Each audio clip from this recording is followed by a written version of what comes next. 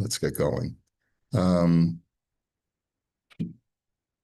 so we talked about a case of where a person can be coerced to pay back the loan.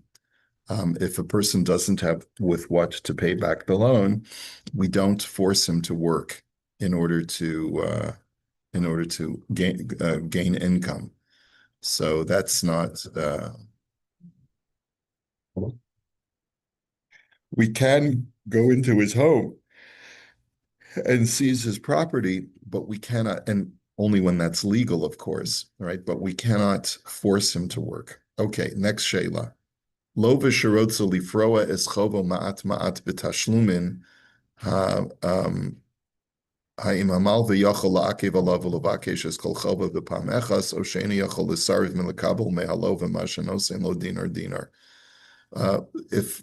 If after the loan is made and it matures, the borrower wants to pay it off in installments, can the lender refuse that option?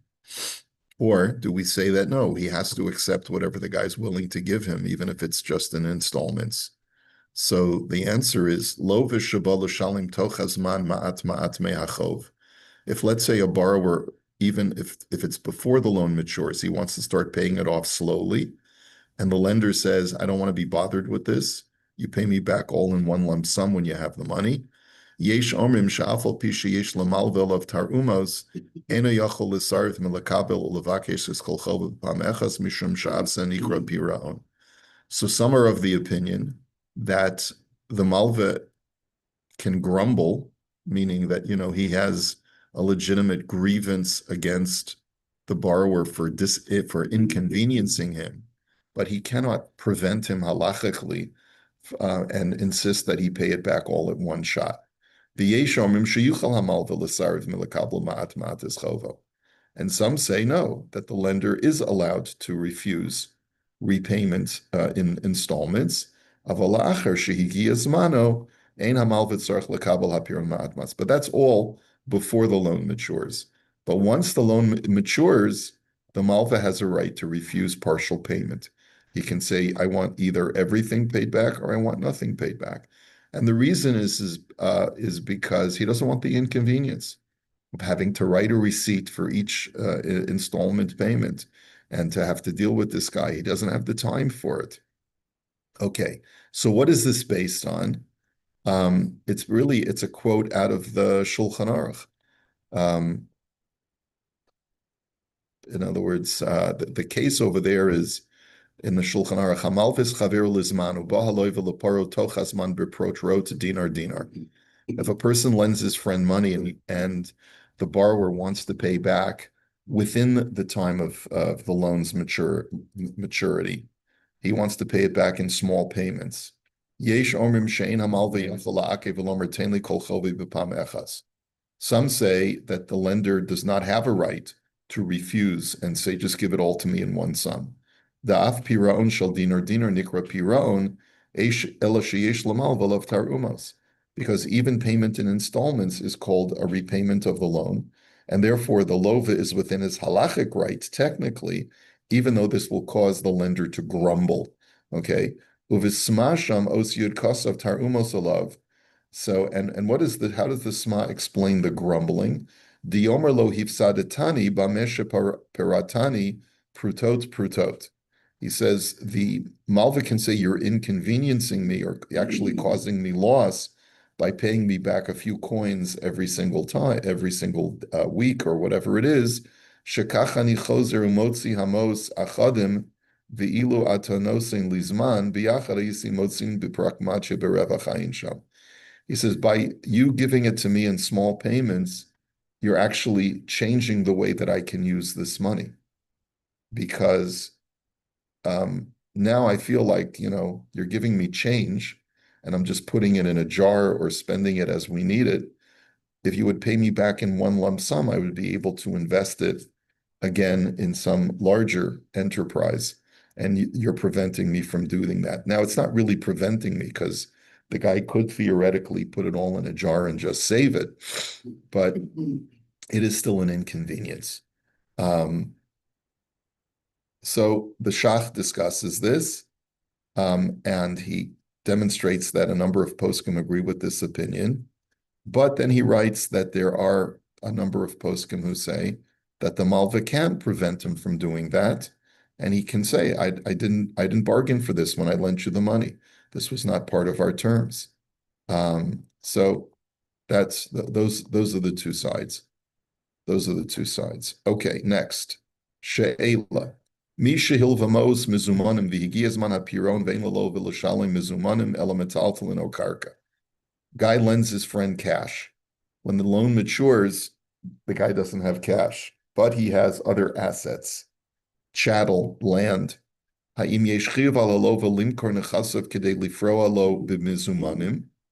Does the lova have an obligation to sell off his assets so that he can pay cash? Oh, yachaliten lo keneged chova metaltalin. Or can the borrower, instead of having to be burdened with selling off the assets, can he just say, take the asset? Yeah, here, I'm not paying you with cash. I'm paying you with a Mickey Mantle card. That's probably not maybe a Reggie Jackson card because it's probably not that big of a loan. Yeah. Hey, you're a pretty good player too. Yeah. Yeah, but ain't no daima, right? Okay. Can that work in the reverse? He says, no, here he wants to pay back with metaltalin. What happens if he wants to be paid back with metaltalin when he can't afford to pay and he doesn't want to? Well, cash is king in all of these transactions, meaning that if a loan is made with cash, the first resort that the lova has a right to pay back with is cash. The question that we're asking is, do we accommodate the borrower by saying, you can pay back with cash equivalents, or do we require him to liquidate his assets and pay with cash? That's the question. So the tshuva is now, if both of them agree, then there's nothing to talk about, right? So the tshuva is. No, but he says, like we had before, I want that Mickey Mantle card of yours. You can't pay me back. Well, he identifies that as the collateral. He doesn't want to let go of that. Was that collateral? No, was it just there was no collateral. The question has nothing to do with collateral. He doesn't have cash at the time of the loan. He just pay back. So if that's the reverse. If that's his only asset, if that's his only asset, then the malva has a right to seize it, or at least to be paid with it, because if you can't pay back a loan with cash, you have to pay it back with other assets. We're asking a question that is built on that principle, which is who has the obligation of liquidating the asset? Can the lova give him the asset straight out? If, let's say, the guy doesn't want to take a Mickey Mantle card, or he'd rather get cash. So does the malva have a right to insist that the borrower liquidate it, or does the borrower have a right to just say, here, I've had this valuated, this is what it's worth on the open market, take it, and that's enough to cover your loan? Okay, so that's the question. So the answer is, im ein lolova mezumanim, eino chayav limkor nechasav kedei lifroa lamalva b'mezumanim. He's not obligated to liquidate the asset, elenosin mashi yesh lo metaltalim o karka, but rather just give him the asset itself. It could even be real estate. Say, listen, I can't pay back. You lent me 100 grand. I can't pay you back, but I have a cottage that's worth 100 grand. I'm giving you the cottage. I'm going to sign the cottage over to you. Now, of course, that could be a big headache for a lender, right? Because it's going to take time, and there's going to be fees and all yada, yada, yada. Yeah. And who's appraising the $100,000? Like, well, you have to get a third-party appraiser. But until you sell it, you're not going to realize that money. Okay, that's right.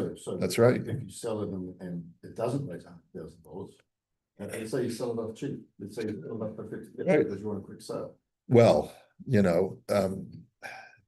it has to be appraised at fair market value. And then we have the question of ribis. What if it sells for more? It could be the malva has to return the difference. The afal pisha halova yochol litin lamalva metaltalim v'chulei b'chovo im ein lo ma'os hareza rak ba'ofen shahamalva toveya es chova. Now, even though we said that a borrower is allowed to pay back with non-cash assets, if he doesn't have cash, that's only if the lender demands payment. Aval kishahamalva oimer, eini rotza bekarka, va'ani rotza lahamtin, ad shiyu lecha ma'os. But let's say the lender says, I'm not interested in taking possession of your cottage or of your Mickey Mantle card. I prefer to wait until you have cash. Hadin im hamalva. Then the law is that the malva has a right to make that demand and say to him, when you get the cash, you'll pay me back. Ve'ein lova yachol lakufo lekabel shava kesef. The lova can't coerce him to accept the cash equivalent as payment of the loan. Dekeven sheino tovei chovo achshav eno yachol lachuf esamalva sheyikach karko metalpelim afilu kishi higia zman hapiro. Let's say the lender says, no, we're not accepting anything except cash. If it means we have to wait longer, we'll wait longer. So then the lova, the borrower can't force him to accept the asset, which is an unusual situation because, at some point, the guy's going to have to either come up with the cash or he'll have to default on the loan. V'hareza doma lahamalva b'yishuv shelo yachol lechufo sheyakabel b'midbar kisheyomer ani rotze lahamtin ad shenagia liyishuv. He says this is similar to a person who lends money in a town, and then he's traveling with the lova, with the borrower, and they're in the middle of the desert. And the lova says, I'd like to pay you now. So the halacha is that the malva can say, I'm not interested in taking your cash now. We'll wait until we get to a civilized area where there's a bank and I can deposit the money, right? I'm not going to take it now. It says, Kishayomar ni rotze lahamtin ad shenagia liyishuv. Va'afkan sha'omer eini tovei ma'os va'amtin ad shiyu lecha ma'os ketanim. So it's the similar thing over here, where the malv is allowed to say, I'm not demanding that you pay me the loan back now. I'll wait until you get liquid cash. V'imyesh lelova pikdonos v'halvos bidei acherim v'higia zman hapiron shelahem motzia miyadeim v'nosim l'malva. Now, if the lova is not liquid, but he does have cash investments, it's just going to take time to liquidate them. Then we force him to liquidate those assets. Meaning, we're not talking about that he has chattel, a Mickey Mantle card, or a cottage. We're saying that he's lent money or invested money in certain investments, and he doesn't want to be burdened by having to cash in those investments. There, we can coerce the lova to cash in his investments. I've got a 10-year CD, or I'm invested in Israel bonds, right? Whatever it is. Then we can say, sorry, you have to liquidate those. Because you have to take a penalty, and you're not going to get the return that you were hoping for. That doesn't give you the right to inconvenience me just because it's going to cost you in order to become liquid. So yeah, if the borrower defaults at the time of repayment, says, I don't have any cash, but here's the key to my cottage. You can have a cottage as repayment. Could the lender use that as collateral and hold on to it until he pays them and not accept it as payment? the problem is that if he lives off of the cottage, then that's ribbis. Then he has. Or if he uses it. If he uses it. Well, but if he uses it. We learned that if he used it, as long as it didn't deteriorate if it was normal use, while it was collateral, if it was normal use, he was able to use it. Yeah. If he didn't No, but if he's using deteriorate, it, the guy could use it to make rental income. The problem- Right. I mean, Problem if you is- rent it out, that's a different story. The problem is the Gemara says that if you're using something and you're getting benefit from it, and then you're expecting the entire principal back, is a problem of ribbis, of interest, of taking interest on a loan. Because you're going to be getting your full amount back, plus you're getting the benefit of living in this guy's cottage. even if there is no wear and tear. But I thought we learned that if the collateral was a lawnmower, to get the cottage, let's say it was a lawnmower, and you used the lawnmower to cut the lawn, right? And there was no damage done to the lawn, I don't think, we have to go back to that, we have to go back to that halacha. As long as there's no wear and tear, I think the reason why that was permitted is because it was beneficial to the appliance or the item, the collateral item to be used. It'd be the same with the cottage, it's beneficial No. that it's opened up in the air, because Yeah. otherwise it could get moldy and problematic. Mm, Appreciate that.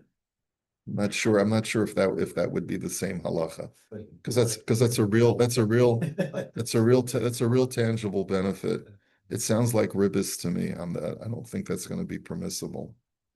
Anyway, so my real question was, could after the event, after you've made the initial agreement of how the loan's going to be paid back, and then the loan's not paid back on the date but the guy comes to you and says, "Oh, I don't have the cash, but here's a piece of collateral," whatever. You have to, whatever benefit you get from the collateral has to be deducted from the loan. That's right. Yeah. Okay, now, she'ela, halacha ravachas biyadenu, kol sheyesh lo tzorech l'shabes, kagon yain o peros ushar divrei machal. There seems to be a tradition that we have as far as a halacha that we know of, which is that if a person doesn't have enough provisions for Shabbos, so he doesn't have wine or he doesn't have produce or other foods that he needs for the Shabbos ambiance, asur levakesh mishchena o mechavero b'lashon halva. There's this concept that you're not allowed to ask your neighbor or your friend to lend it to you. El tzorach sheyomar lo b'lashon hashileni, that it's, may I borrow this? Why is it that you're not allowed to say, lend it to me? How come we just say, can I borrow a cup of sugar? Right? And we don't say, can I loan a cup of sugar? Can you loan me a cup of sugar? So this has to do with the laws of ribbis.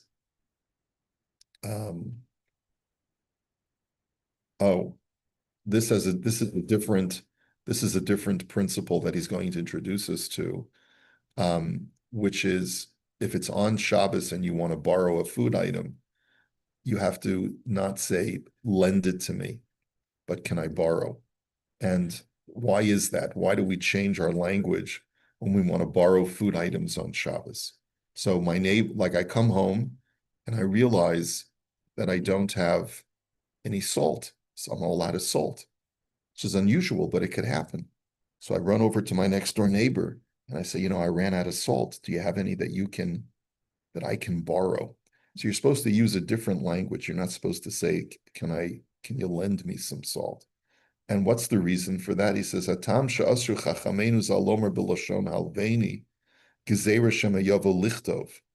The rabbis decreed you have to change the language from the language that you would use during the week, because we're worried that you may come to write down the loan. Lefisha halva hi lizman meruba shreistam halva shloshim yom. Because generally, a standard loan is 30 days. And if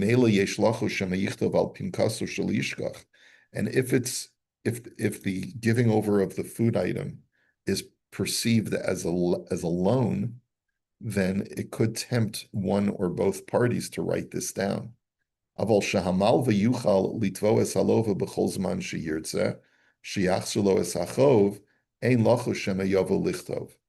therefore, you can't use the terminology that you would normally use for the lending of a 30-day loan, but rather, can I borrow a cup of sugar, implies that you can come collect immediately after Shabbos or whenever I go to the market. So it's not going to be a long-term loan. The afal pishe yayin v'shemen she'eno machzirim ba'ein halva'ahi, and even though technically it does qualify as a loan, because the cup of sugar that he's giving you is not the same cup of sugar that you're going to give him back, so it's a straight loan. Nonetheless, kevin shebelashon halva lo hitiru uvelashon she'ela hitiru yesh heker bedavar v'lo yavo lichtov. We're not worried that it's going to be written down. because you've used a different language. And it's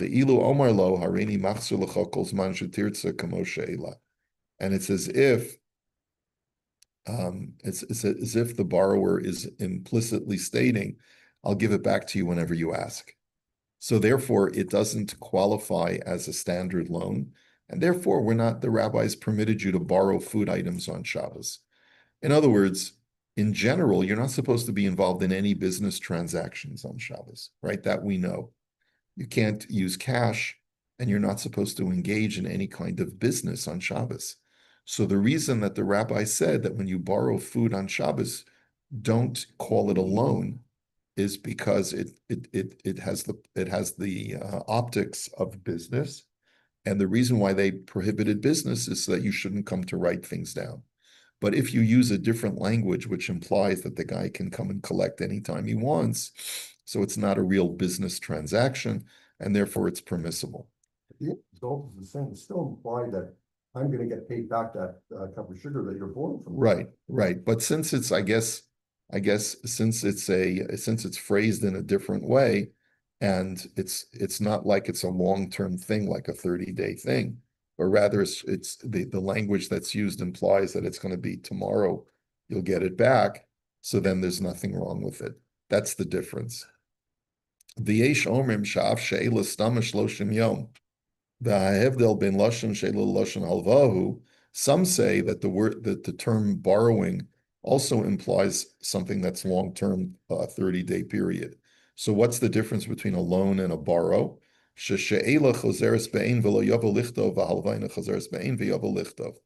says because when you borrow something, you're giving back the same thing that you're borrowing. So you're using a language that does not imply a lending.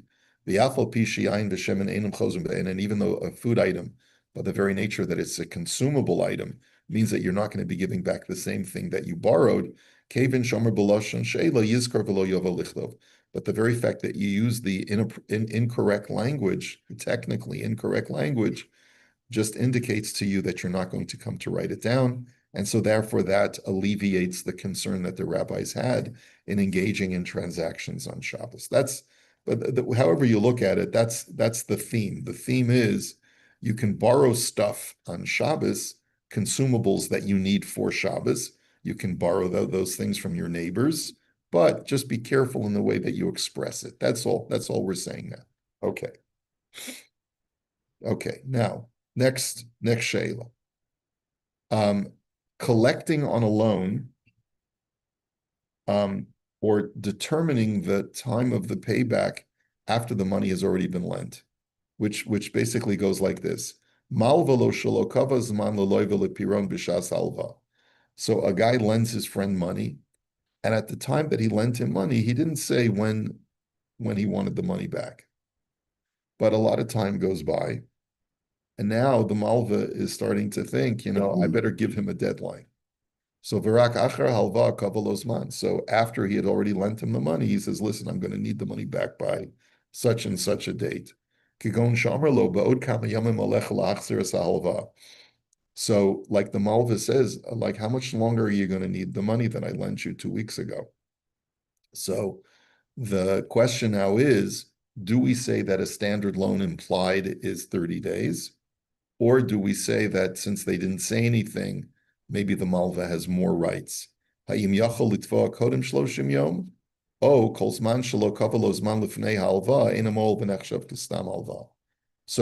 the Lova have a right to say, look, a standard loan is 30 days, so please don't bother me until 30 days? Or does the Malva have more rights? He says, listen, when I lent you the money, we didn't stipulate anything. So therefore, I have a right to ask for the money back whenever I want. So which one is it?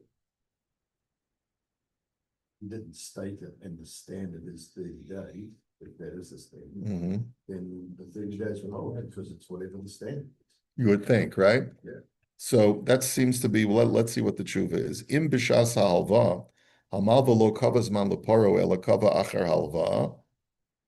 He says, if at the time that the loan was made, there was no stipulation of when the loan is due, and he only wants to sort of compel him to pay it back at a certain date after he's already loaned the money.